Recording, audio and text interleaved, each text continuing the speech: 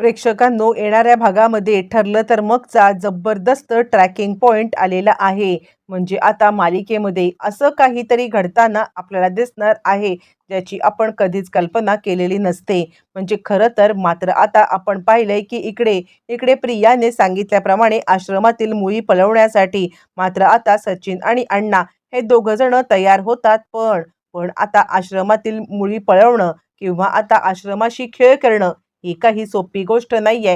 ही ज्या वेळेला या दोघांच्या लक्षात येणार, पण त्यावेळेला खूप मोठा उशीर झालेला असणार आहे प्रेक्षकांनो. आणि इथूनच मात्र आता इकडे अण्णा आणि त्याचबरोबर इकडे सचिन या दोघांनी जे काही साम्राज्य उभं केलंय, ते म्हणजे आता इकडे महिपत बाबा की जय, महिपत बाबा की जय म्हणत लाखो रुपये कमवलेत, तेच करोडोमध्ये कन्वर्ट करण्याचा त्यांचा या वेळेला प्लॅन मात्र अशा पद्धतीने काहीतरी हाणून पडणार आहे की या वेळेला हे दोघं अटक होणार. आणि त्याच वेळेला अर्जुन आणि सायली यांच्या आयुष्यामध्ये मात्र आता आनंदाची बातमी तर आलेली आहे. पण त्याचबरोबर मात्र आता इकडे यांच्या आयुष्यामध्ये इकडे अजून एक मोठी घडामोड घडले आश्रमाच्या रूपामध्ये.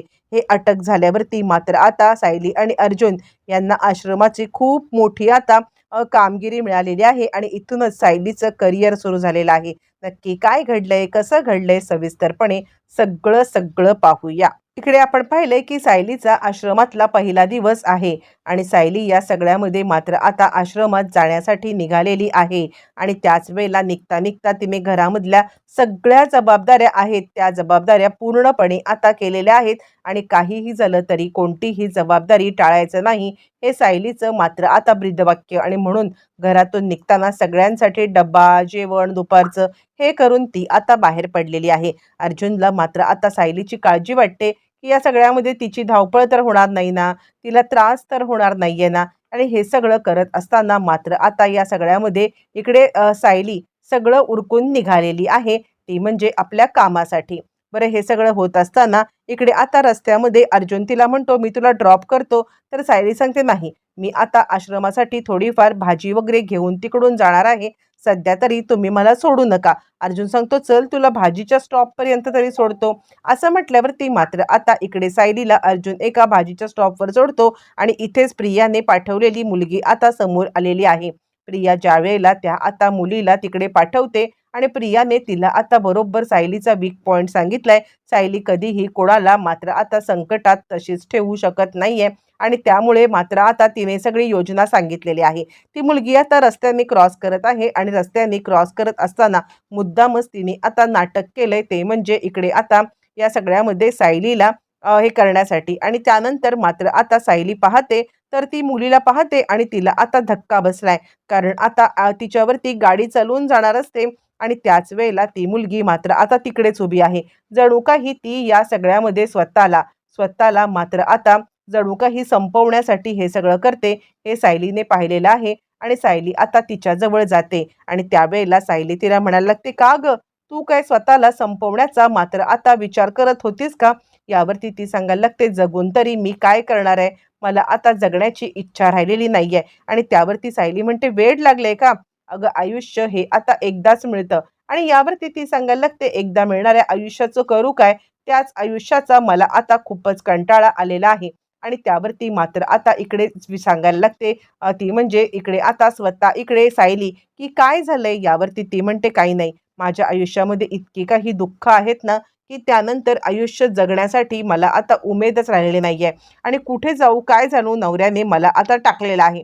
असं म्हटल्यावर ती सायली सांगते, चल, मी आश्रमात चाललेली आहे. आता सायलीच्या आश्रमाचा पहिलाच दिवस आहे. सायली आता तिला घेऊन आश्रमामध्ये आलेली आहे आणि आश्रमामध्ये मात्र आता मधुभाऊंची तिला ओळख करून देते. मधुभाऊंची ओळख करून देत आता ती सांगायला लागते, मधुभाऊ, अहो, आपल्या आश्रमाची नवीन धुरा मी आजपासून हातामध्ये घेत आहे. पण बघा ना, पहिल्याच दिवशी माझ्यासोबत काय झालंय. मधुभाऊ म्हणतात, काय झालं साऊबाळा? आणि त्यावरती सायली आता घडलेला सगळा प्रकार सांगायला लागते आणि त्यानंतर ती सांगायला लागते, मी या मुलीला म्हणूनच इकडे घेऊन आलेली आहे. मधुभाऊ म्हणतात, बरं झालं तू आता त्या मुलीला इकडे घेऊन आलीस. बाळा, तू अजिबात काळजी करू नकोस. काहीही झालं तरी सुद्धा मी या सगळ्यामध्ये तुझ्यासोबत आहे आणि तुला कोणत्याही परिस्थितीमध्ये काहीही लागलं तरी आता मला सांग, हे आश्रम आता तुझं दुसरं घर समज.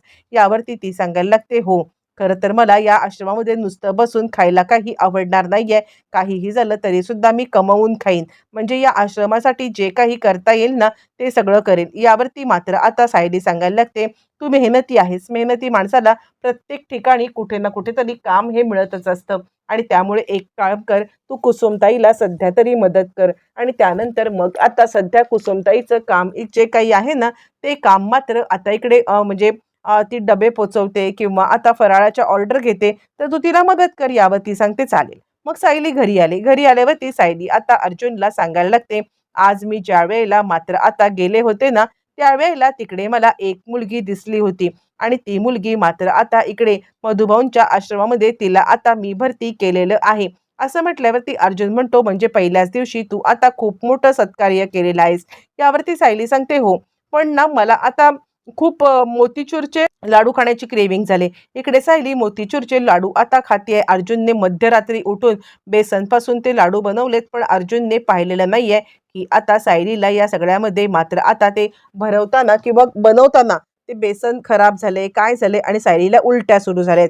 आणि त्याच वेळेला प्रतिमा मात्र आता कल्पना हे सगळं पाहते की सायलीने तर आता हे बेसन खाल्ले, तिला उलट्या सुरू झाल्यात.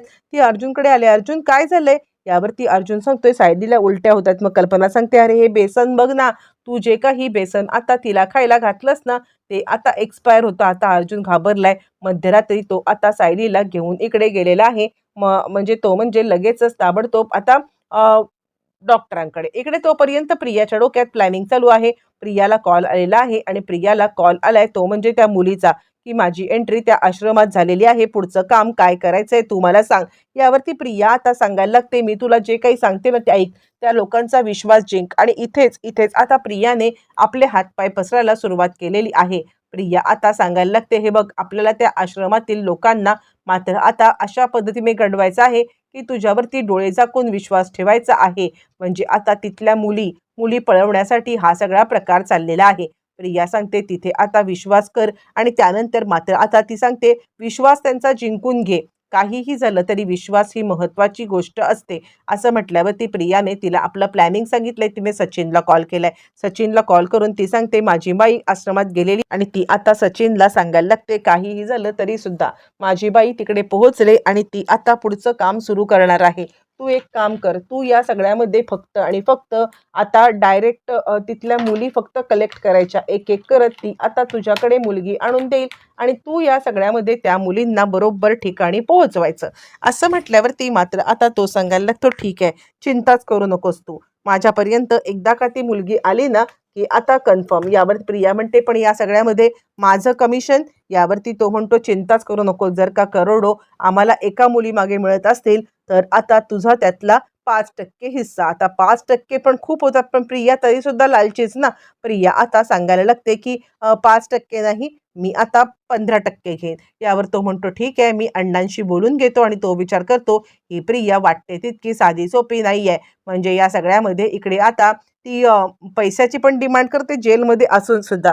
प्रिया विचार करते, एकदा का माझे पैसे जमा झाले, की या जेलमध्ये कोण राहणार आहे? असं म्हणत प्रियाच्या डोक्यात प्लॅनिंग चालू आहे. बरं तोपर्यंत मात्र आता महिपतला इकडे जाऊन तो मग सांगत आहे तो सचिन, की उद्या आपली पहिली भवनी होणार आहे. उद्याच्या दिवसाला आपल्याला या सगळ्यामध्ये लवकरात लवकर मात्र आता त्या मुलीला क्लायंट बघायला पाहिजे. यावरती महिपत सांगायला लागतो, "खरं तर या सगळ्यामध्ये क्लायंट रेडीच असतात. फक्त माल कमी असतो रे. क्लायंट तर रेडी असतात. तू चिंताच करू नको. काही झालं तरी सुद्धा आपण लवकरात लवकर या सगळ्यामध्ये पुढचं प्लॅनिंग करायचं आहे." असं म्हणत मात्र आता हे दोघं जण निश्चिंत झालेत. पण दुसऱ्या इकडे आता अर्जुन आणि सायली हे सतर्क आहेत. मधुभाऊंची आश्रमाची जबाबदारी ही नुसती आश्रमाची जबाबदारी म्हणून या दोघांनी घेतलेलीच नाहीये, तर ती पूर्णपणे निभावण्यासाठी घेतले. आणि त्या बाईने त्या मुलीला गायब करत असतानाच मात्र या दोघांनी पकडलंय. पण ही मुलगी कुठे चालले, काय चालले हे सगळं पाहत असताना महिपत आणि आता सचिन हे दोघं पकडले गेलेत. आणि इथूनच मालिकेचा टर्निंग पॉइंट प्रेक्षकांनो आलेला आहे. मालिकेमध्ये आत्तापर्यंत इकडे आता महिपत आणि हे दोघं जण वाचत असतात, पण आज आज पहिल्यांदा हे दोघं पकडले गेलेत.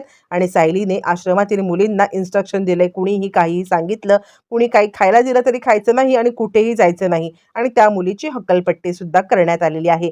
एका झटक्यात मालिकेची सगळी समीकरणं बदललेत आणि मालिका तिच्या पीक पॉइंटवरती आहे. आता नवीन हे दोघं काय कारस्थान करणार आता इकडे सायली आणि अर्जुन आश्रमातील मुलांना कसं प्रोटेक्ट करणार? येणाऱ्या भागामध्ये अनेक प्रश्नांची उत्तरं आपल्याला मिळणार आहेत.